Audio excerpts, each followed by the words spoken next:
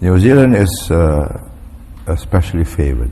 I visited once in the 1980s, and I looked at the green grass and the sheep and the cows and the wind and the horses and the people, and I was quite sure if I go back there in 100 years, it'll be the more sheep, more cows, and more people. In 1965, Kuan Yew visited New Zealand and saw something remarkable. A country with one of the highest living standards on Earth, built almost entirely on farming. But he also saw something troubling, a nation becoming too comfortable with its success. Today, New Zealand ranks among the lowest in the developed world for wages. Young Kiwis are leaving in record numbers, and the country that once sat at number 3 for GDP per capita has fallen to number 28, a decline acknowledged by ministers who note they have fallen behind Singapore. And Kuan Yew was an extraordinary man. What he did for Singapore, a country that in the 1960s was a recipient of foreign aid from New Zealand, and today has twice the GDP per capita that we do. So what happened? How did one of the richest countries in the world end up here? Let's rewind to 1950. New Zealand was the 3rd richest country on the planet, richer than Canada, richer than the UK, and yes, even richer than Australia. For a nation of farmers selling sheep and dairy, it was extraordinary. The secret? Grass and Britain. You see, New Zealand had the perfect climate, mild temperatures, high rainfall, grass growing year-round. They could produce premium meat and dairy cheaper than anyone else in the British Empire. And thanks to imperial preference, they had guaranteed access to British markets with little to no tariffs. Lee explained it like this. For many years, the younger sons of the gentry who did not inherit their father's estates in England went out to own huge farms in New Zealand, rearing sheep and cattle and growing wheat for the mother country. It was a gracious way of life that gave them a high standard of living. New Zealand developed an advanced system of welfare benefits that gave the people one of the best standards of living and a high quality of life before World War II. After the war, they became wealthy. It was the ultimate economic cheat code. New Zealand didn't need to industrialise. They didn't need to diversify. Britain bought everything they produced, and the money kept flowing in. But this created a dangerous problem: complacency. While Australia was building mines and factories, New Zealand stuck with farming. As Lee observed, they held on to this agriculture-based society for longer than was wise. The Australians industrialised. They did not. Then came 1973, and everything changed. Britain joined the European Economic Community. Overnight, New Zealand lost its guaranteed market. British shoppers could now buy subsidised European butter and lamb instead. New Zealand's exports had to compete on the global market, and they weren't ready. The government dumped money into farm subsidies, essentially paying farmers to produce goods that had to be sold at a loss overseas. Then came Prime Minister Robert Muldoon's Think Big projects, massive government-funded industrial schemes meant to make New Zealand self-sufficient.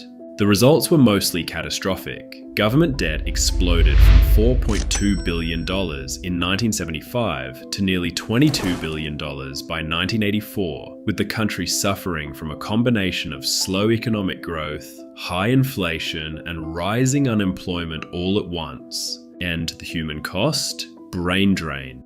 Kiwis were moving abroad for opportunities and salaries double or triple what they could earn at home. As Lee put it, they're bright and ambitious young people left in large numbers for Australia, Britain, and America. The government eventually tried to fix things by slashing subsidies and privatising state assets, but the damage was done. Lee observed, in the 1980s, New Zealand set out on a different course to develop an economy to offer opportunities for the talented so that they need not emigrate. They also brought in well-educated Asian immigrants, and they began to market the natural beauty of their countryside, promoting tourism on a large scale. It was a belated effort to compete. And unlike Australia, which could fall back on vast mineral wealth, New Zealand had no backup plan. As Lee summarised, without a large store of gold, diamonds, coal, uranium, and other minerals that provide Australians with a comfortable living, New Zealanders did not have the lucky country mindset.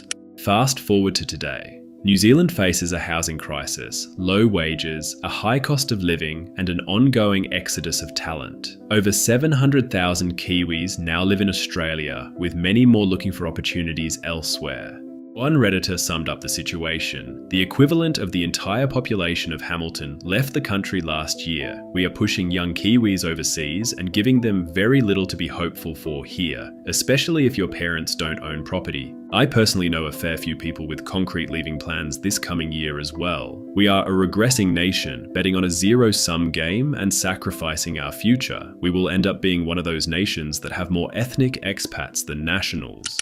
New Zealand's geographic isolation, the same factor that once made it a safe, stable outpost of the British Empire, has become a liability. It's harder to build world-class markets and tech hubs when you're this far from everywhere else. Lee's assessment was blunt. Would I like to be New Zealand? Not really. I think it's not an exciting, happening economy. Yes, they grow the world's best grasses, good for horses and cows and sheep, but a dull life. But while Lee noticed New Zealand's decline, he never stopped respecting the country or its people. Through his past dealings, he saw them as dependable, principled, and honourable, stating, "In my experience, the New Zealanders can be depended on to honour their undertakings." His critiques weren't personal, but observational. For Lee, New Zealand wasn't just a case study in economic decline, it was a cautionary tale for Singapore itself. Both were small island nations, both lacked vast natural resources, both depended heavily on global trade.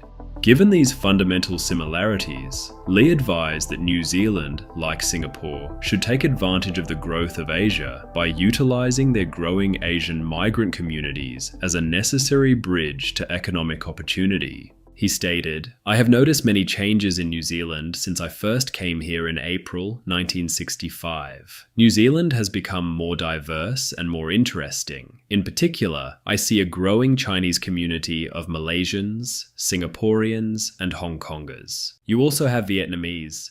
They can provide you with useful links to their former countries.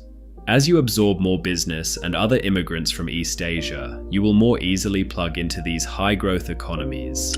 New Zealand today is still searching for its place in the modern economy. The real question is whether they'll adapt before the next generation decides the grass really is greener on the other side. There are aspects of Lee Kuan Yew that all of us would immensely admire. He turned a third world country into a first world country with a higher per capita standard of living than we enjoy in this country. And then he finished the discussion by saying, and you know what? There are still two big fat countries in our region, which was a challenge that I think he was making to Australia and to New Zealand about where are you in terms of social and economic progress? We've come from nowhere to be an icon for many throughout the world. What have you done in your country?